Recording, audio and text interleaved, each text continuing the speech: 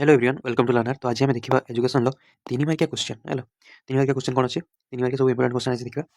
तो प्रथम क्वेश्चन ऋषंक मत प्रकृतिर त्रिविध अर्थ बुझाओ।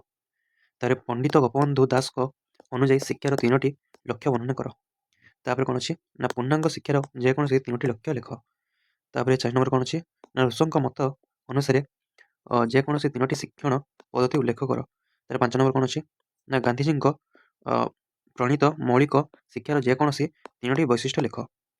तापर 6 नंबर कौन अच्छे ना जॉन डुइंग शिक्षादान पद्धति विषय में उल्लेख कर। तापर 7 नंबर कौन अच्छे ना शिक्षण को प्रभावित करुवा तीनो दुई थर तीनो कारक बुझाओ।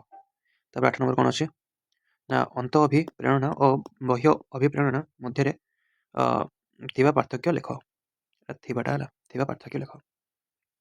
तापर 9 नंबर कौन अच्छे ना शिक्षार 4 गोटी गुरुत्वपूर्ण मूल्यबोध दर्शाओ।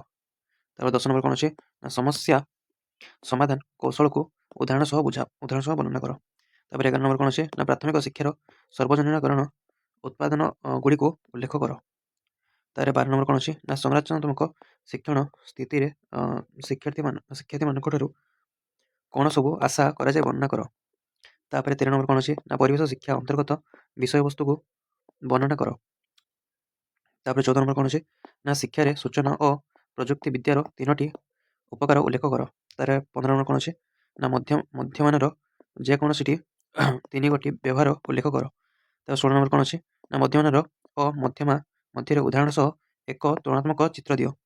तार 17 नंबर कौन अच्छे ना मध्यमान जेकोसी तीनो व्यवहार लेख। तापर 18 नंबर कौन अच्छे ना शिक्षक परी संख्यान जेकोसी तीनो व्यवहार लेख। तापर 19 नंबर कौन अच्छे ना गरिष्ठकर व्यवहार है। तो एतकी तुम थी तीन मार्किया इंपोर्टेंट क्वेश्चन एगुड़ा सब देखी है। तो तुम युवा भितर ही सबकि आसो